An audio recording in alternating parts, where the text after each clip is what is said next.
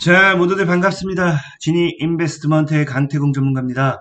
자, 금일은 300년 만에 대폭발, 무슨 폭발을 이야기하는 건지, 자, 삼성전자는 왜 하필이면 지금 잭팟을 터졌다라고 이야기하는 것인지, 자, 인생 역전할 만한 대박 종목이 무엇이 될지, 지금부터 공개를 해보도록 할 테니까, 방송을 시작하기에 앞서서 늘 여러분들에게 늘 말씀드리는 여러분들의 좋아요, 구독하기, 댓글까지는 많은 힘이 된다라고 말씀을 드리면서 오늘의 방송을 시작해 보도록 하겠습니다. 자, 오늘은 사실 이유스를 보고 좀 방송을 시작했어요. 이유스 뭐냐?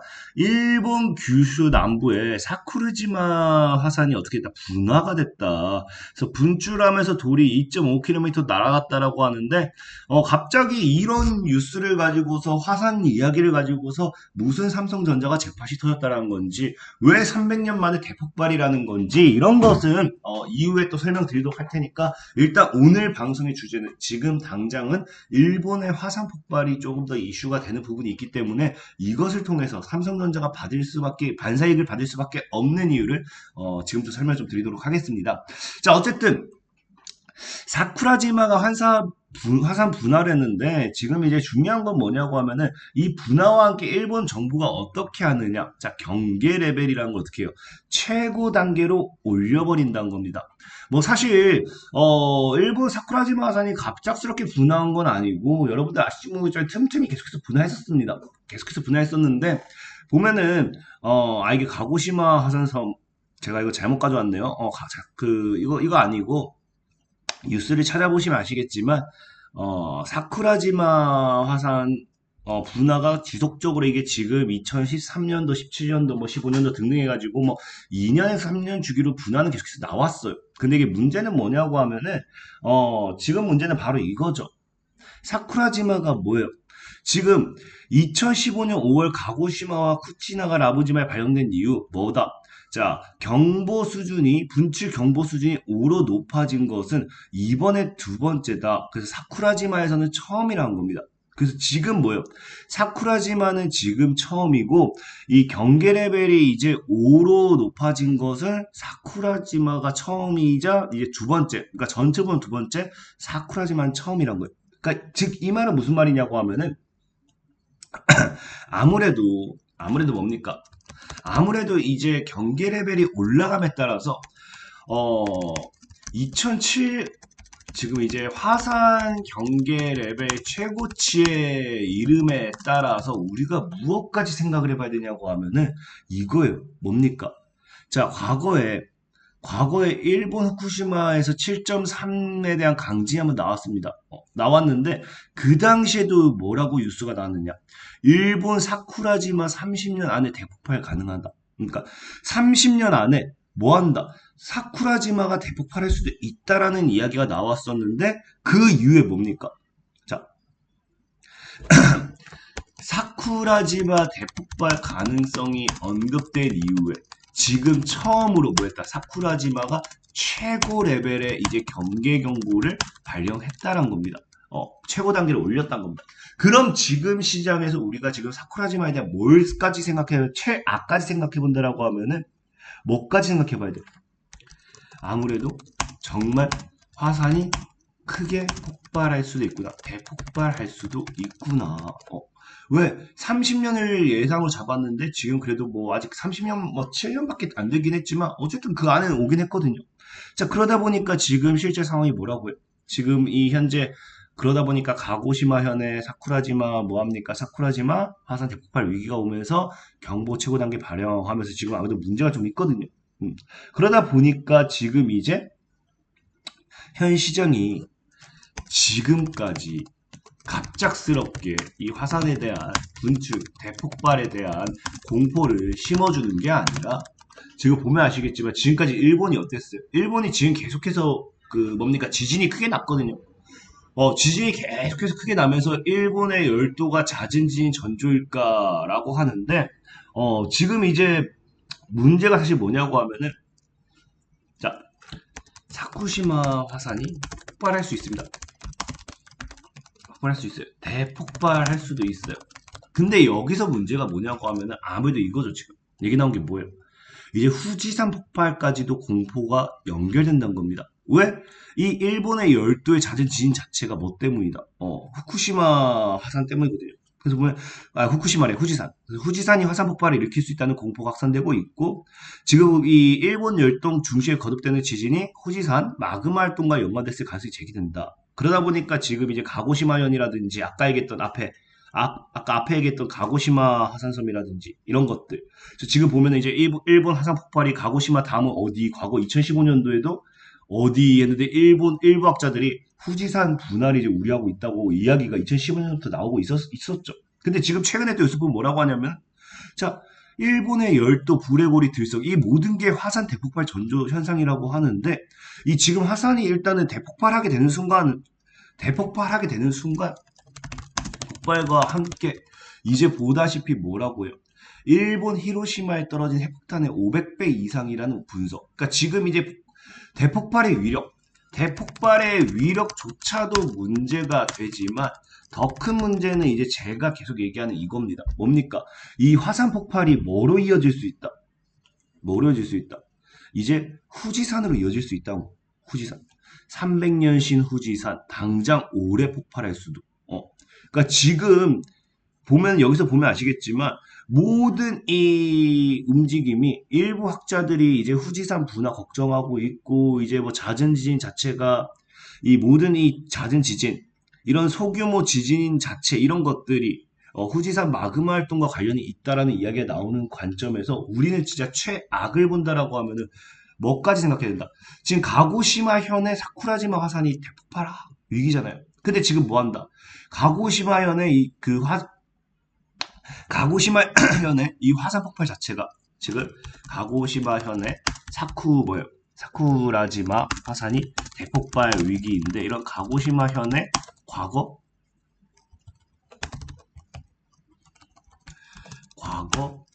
이 잦은 지진들 이런 것들이 후지산의 영향이다라는 이야기가 있었다는 건 뭐다? 이 사쿠라지마의 대폭발이 결과적으로 어디로 이어질 수 있다? 후지산의 대폭발로 이어질 수 있다는 겁니다. 증상들이. 그러니까 지금 보면 뭐예요? 지금 사쿠라지마 같은 경우도 사쿠라지마 화산 같은 경우도 30년 내에 대폭발한다. 네, 대폭발한다. 이런 이야기가 나오는 거고, 최근에 이제 후지산 같은 경우는 뭐예요? 올해 대폭발할 수도 있다. 뭐 하고 있습니까? 학자들이 이야기를 하고 있는 거죠. 그러다 보니까 생각해보세요, 여러분들. 안 그래도 이 사쿠라지마의 화산 폭발이었나요? 얘가 이제 300배였나요? 얘가 어디 갔니? 안 그래도 보면은 지금 일본 서부 화산지대의 심상치 않은 움직임 딱 나오면서 이번 폭발의 위력은 제2차 세계대전 당시 일본 히로시마에 떨어진 핵폭탄의 500배라고 하거든요. 그러니까 지금 이 화산 폭발 자체가 히로시마에 떨어진 원폭의 500배, 핵폭탄의 500배의 위력이라고 예상합니다. 근데 이 상황 속에서 심지어 뭐예요? 자, 후지산 같은 경우는 뭐예요? 300년 쉬었어요. 후지산은 300년을 쉬었기 때문에 이 300년 만의 대폭발은 엄청난 피해를 야기할 수밖에 없다는 겁니다. 그럼 이런 화산 관련해가지고 사실 그럼 우리가 눈여겨볼 수 있는 건 사실 화산 폭발 관련 수혜주겠죠. 이게 좀 이런 얘기하기 그렇지만 어쩔 수 없어. 주식쟁이는 미쳐 있습니다. 전쟁을 하면은 주식쟁이는 다른 나라가 전쟁하면 반사이익 받는 종목 사서 수익 봐야 되고, 뭡니까? 만약에 일본이 화산 폭발하면 그걸로 해서 피해를 보는 사람들이 정말 가슴 아프죠. 가슴은 아프지만 그래도 수혜주를 사서 돈을 벌어야지. 그 돈 벌어서 기부를 좀 한다든지, 일본 그 지원 자금을 기부하든지 하면 되겠죠. 어쨌든 그렇기 때문에 주식쟁이 좀 가슴 아프지만 우리 화산 폭발 관련 수혜주도 사야 돼요. 그래서 실제로 과거에도 일본 화산 폭발해가지고 관련주들이 뭐예요? 움직였습니다. 실제로 관련주 보면은, 그래서 뭐가 있냐고 하면 대충, 일단 화산 폭발이 우리나라 국내 여행에 크게 시세 주는 거는,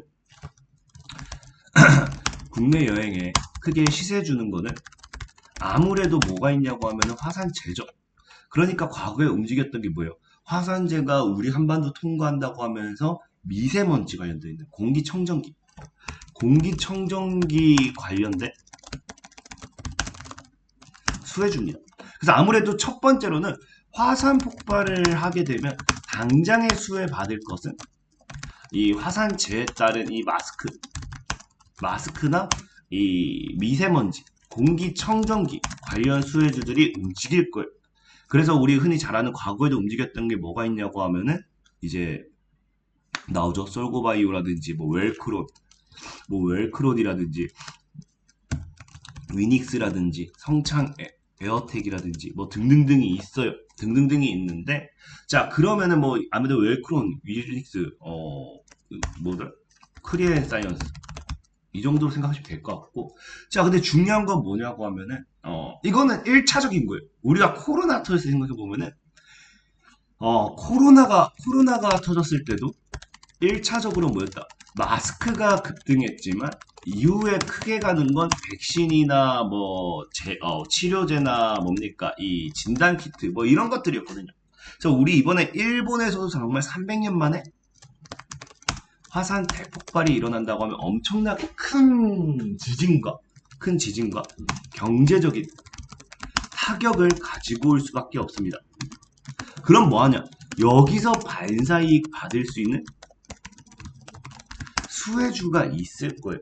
왜? 우리 생각해보면 러시아와 지금 우크라이나 이 전쟁만 봐도 뭐합니까? 결과적으로 이제 곡물이라든지 에너지라든지 원자재라든지 이런 것들에 대한 가격을 엄청나게 상승시키는 반사이익의 종목들이 났기 때문에 지금 우리도 뭐한다? 300년 만에 대폭발이 일어난다라고 하면은 분명히 없던 것에 대한 이 경제적인 타격을 입을 수밖에 없어요. 과거에 그럼 우리가 무엇을 예상해 볼 수 있냐고 하면은 아무래도 폭발하면은 지진이 제일 크거든요. 그럼 이제 아무래도 이 공장이나 건축물 이런 것들이 다 피해 입으면서 무너집니다. 근데 이 정도 얘기하면 아마 이해하시는 분들이 있을 거예요. 과거에 일본에서 어떤 사례가 있었냐고 하면은 과거에 일본에서 뭡니까? 동일본 대지진이 있었어요. 10년 전에. 그래서 이 당시에 뭐가 있었냐고 하면은 반도체라든지 차량이라든지 반도체 이런 부분에 대해서 타격을 굉장히 크게 입었습니다. 왜? 공장이 3개월간 멈췄거든요.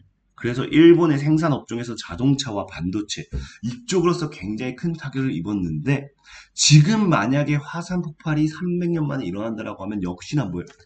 공장들이 죄다 타격을 입겠죠. 그럼 지금 시장에서 학자들이 예상하는 게 만약에 화산 폭발을 통한 지진으로 인해서 공장이 타격을 입는다고 하면은 최소를 몇 개월로 보냐고 하면은 3개월로 봅니다. 최대를 12개월로 봐요. 최대? 그럼 이 기간 동안에 뭐가 일어나게 되냐고 하면은 공장에서의 차량 및 반도체 생산이 불가해질 수밖에 없어요. 그러면은 이제 뭐가 되겠습니까? 안 그래도 지금 우리 국내가 뭐예요? 코로나 때문에 반도체 품귀 현상이 일어나요. 삼성전자나 SK하이닉스들이 그래서 수혜를 받고 있는 상황이긴 했습니다.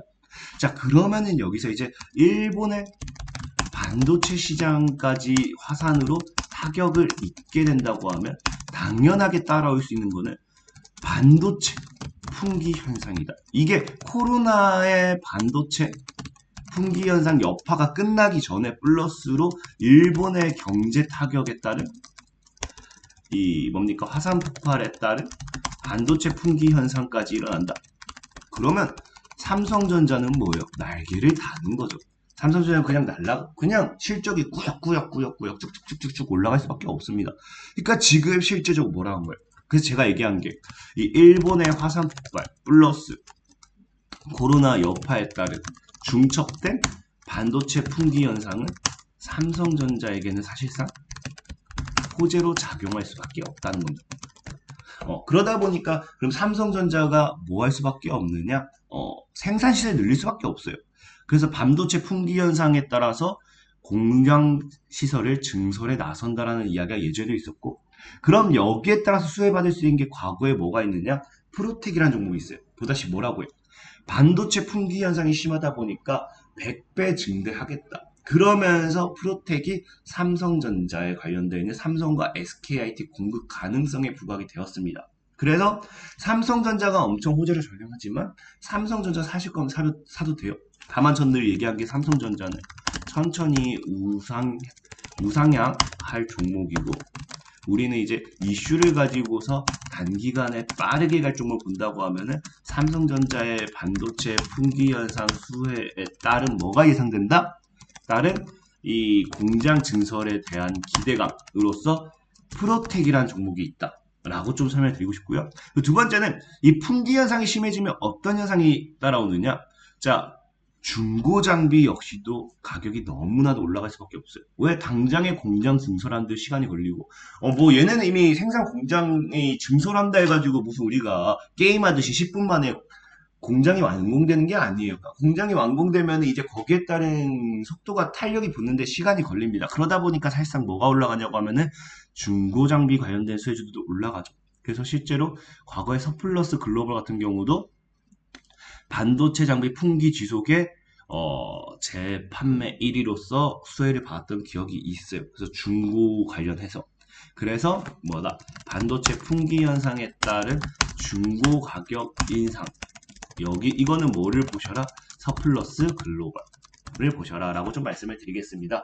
그래서 금일은 화산 폭발 관련 이슈를 보다 보니까 이거를 우리가 쉽게 넘기면 안 될 것 같아요. 지금 일본의 화산 폭발 자체가 정말로 학자들이 얘기하는 게 300년 만에 이제 끝나나 이번 연도에 화산 폭발이 일어날 수 있다라는 이야기를 하고 있고 그 다음에 최근 30년 내로 일어날 거다라는 이야기도 과거에 나왔고 그리고 일본의 모든 전조 증상들이 화산 폭발을 이야기하고 있다고 하면은 그 부분에 대해서 우리가 신경 써봐야 된다라고 좀 말씀을 드리고 싶고 그렇기 때문에 오늘은 화산 폭발 관련된 종목이 폭발을 한다고 하면 1차 수혜는 받을 거예요. 아까 얘기했듯이 마스크라든지 공기청정기 당장의 화산재가 우리나라로 어마어마하게 올 거니까 그 이후에 우리가 생각해 본다라고 하면은 지금 이제 러시아와 우크라이나 전쟁 이후에 한참 지나고 나서야 곡물 가격 관련되는 종목들이 큰 시세를 준 것처럼 반도체 품귀 현상 여기 관련된 이슈도 뒤따라올 거다라고 말씀을 드리면서 오늘의 방송을 좀 마무리해 보도록 하겠습니다.